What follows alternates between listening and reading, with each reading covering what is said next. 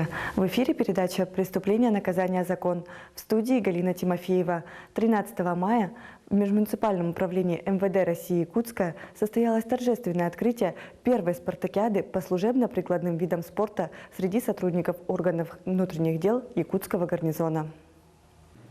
Соревнования прошли по 11 различным видам спорта: самбо, хапсагай, летний служебный биатлон, волейбол, мини-футбол, масс-рестлинг, стрельба из прямого боевого стрелкового оружия, перетягивание каната, плавание, легкоатлетический кросс, а также преодоление полосы препятствий. Всего в спартакиаде приняли участие 390 сотрудников из всех подразделений Министерства внутренних дел по Республике Саха-Якутия. Завершилась спартакиада 4 декабря. Все участники вошли в историю республиканской полиции как первые спортсмены-участники. Приказом Министерства внутренних дел по Республике Саха-Якутия Владимира Прокопенко команда-победитель награждается главным призом – служебной машиной ВАЗ. Ключи от автомашины получила сборная команда ОМОН и СОБР. Всем призерам были вручены медали, дипломы и ценные призы. В канун новогодних праздников руководством столичной полиции среди сотрудников управления были проведены различные конкурсы. Членами жюри выступили представители общественного совета. Ежегодно в преддверии Нового года Межмуниципальное управление МВД по Республике Саха-Якутия проводит конкурсы среди сотрудников органов внутренних дел, а также их детей. И этот год не стал исключением. В мероприятии приняли участие сотрудники из всех подразделений. Они предоставили различные экспонаты, сделанные своими руками.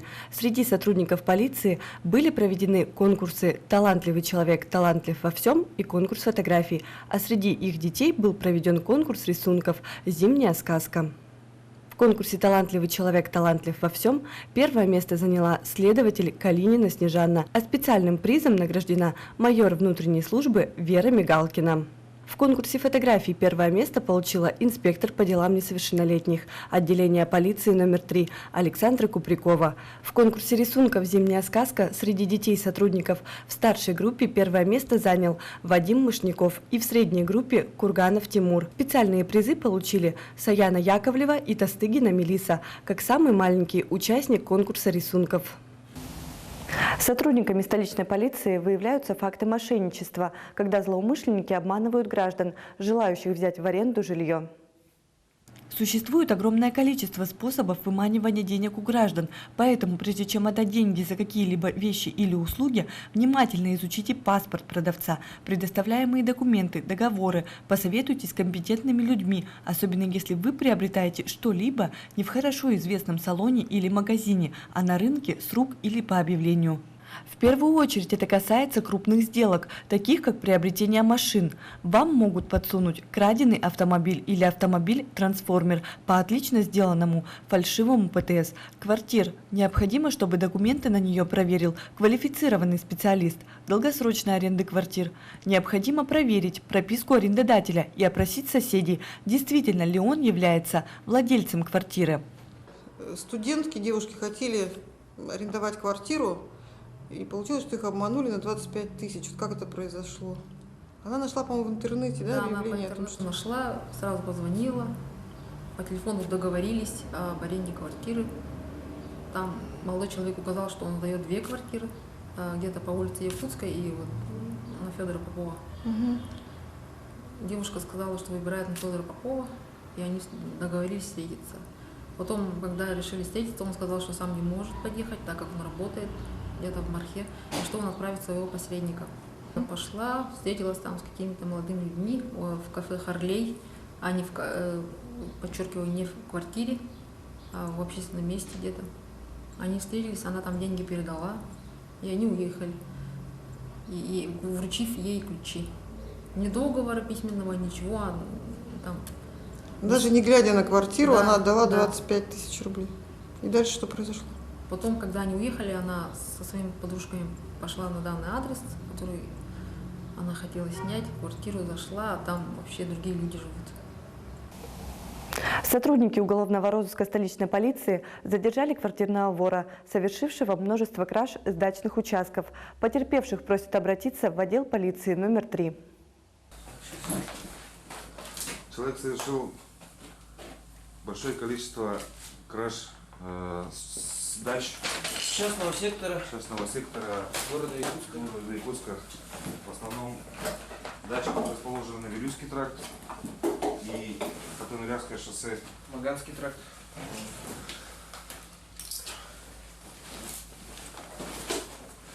А в какой период он совершил кражу? Период времени с 2011 года по 2014 год. В основном электроинструменты, болгарка, шуруповерты, лобзики. Электропилы, водяные насосы, посуда. То есть они брали все, что пригодится в быту, поэтому, потому что они сами пользовались этим. Что-то, часть похищенного успели продать. Сейчас устанавливаем, кому продали. То есть они заходили там в квартиру, в дом и все сметали, Да, совершенно верно. то, что попадалось. Вот холодильник я вижу тоже, да? Да, холодильник, вот телевизор. 3 телевизора. Вещи детские, одежда.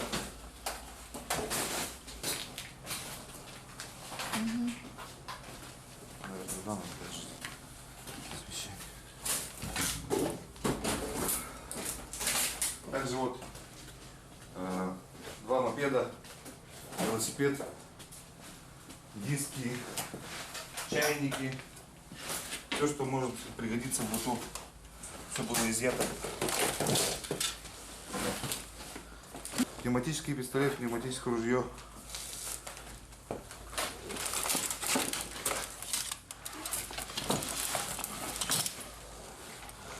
Ноутбук фирмы Acer.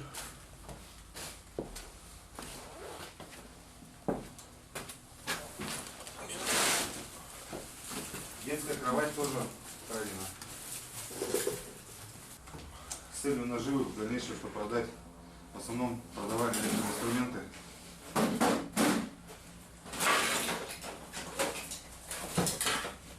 DVD.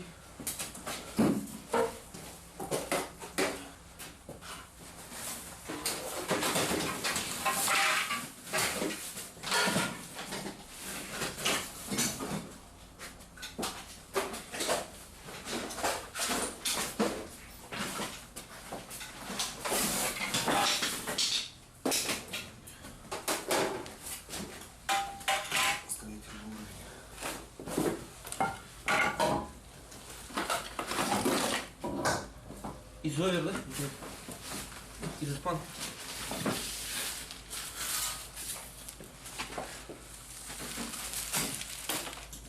До Нового года, после Нового года, чтобы проехали, проверили свои дачи, дачные участки, которые сейчас, которыми не пользуются, которые в основном летом приезжают, и проверили свое имущество.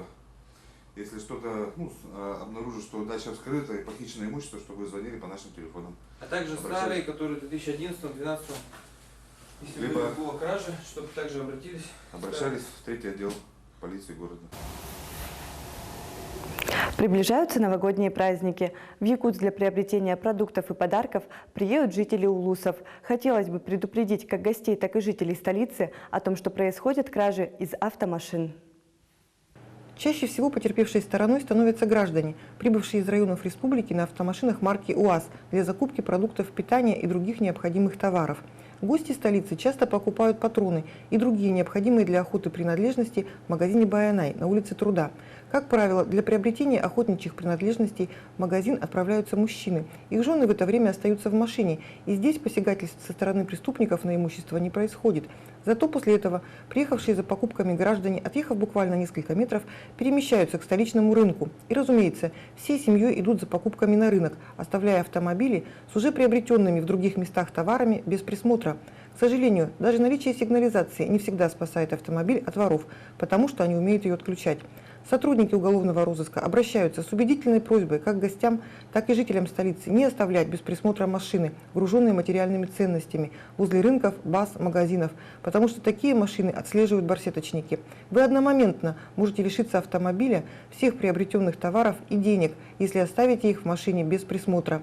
Отправляясь за покупками, обязательно договоритесь с кем-то из родственников или знакомых о том, чтобы этот человек оставался в машине, пока вы ходите за покупками.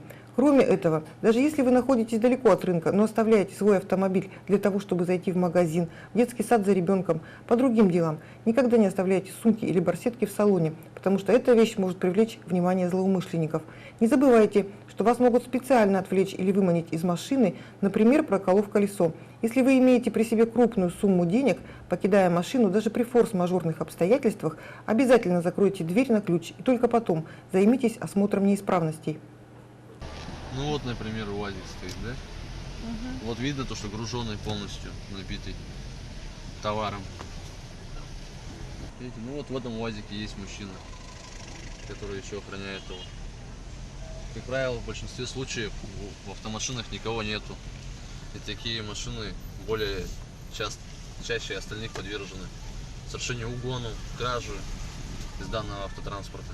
Также напоминаем, чтобы не стать жертвой карманников, необходимо знать, что если вас на рынке, в магазине или в автобусе начинают толкать, теснить, нужно сразу же насторожиться. Иногда воры даже не заходят в салон автобуса, они пользуются толкучкой, которая случается в часы пик на входе в общественный транспорт. В это время граждане обычно не обращают внимания на то, что их прижимают, поэтому зорко следить за своим имуществом нужно уже на остановке. Никогда не следует провоцировать преступников и класть сотовые телефоны и другие ценные вещи в наружные карманы, выставляя их на всеобщее обозрение. Их могут вытащить даже и не профессионалы, а просто нечистые на руку граждане, которые поддаются искушению. Деньги и другие ценные вещи ни в коем случае не стоит класть в полиэтиленовые пакеты. Держась рукой за поручень в общественном транспорте, не стоит вешать сумку на то же плечо, открывая тем самым возможность для злоумышленников расстегнуть молнию.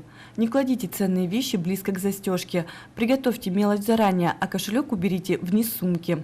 Никогда не кладите записку с пин-кодом рядом с банковской картой в кошелек, тем более не наносите цифры пин-кода на саму карту, так как это будет царским подарком для воров, если они вытащат кошелек. Им не составит труда обчистить ваш счет. На этом наша передача окончена. Всего вам доброго. До новых встреч в эфире. Минуточку. В преддверии новогодних праздников, отправляясь за подарками в торговые центры или на рынки, будьте особенно бдительны, взяв с собой крупную сумму денег. Карманники не дремлют. Этим детям никто не дарит подарков. Они не ходят в детский сад, не знают вкуса конфет. У них нет платья принцессы и плюшевых мишек. Многие из них не доедают. Подарим детям волшебный день. Присоединяйтесь к новогодней акции «Подари волшебство» и приносите подарки. 23 декабря отряд Дедов Морозов и Снегурочек отправится к детям с вашими подарками. Звоните по телефонам 42 20 90, 42 13 37.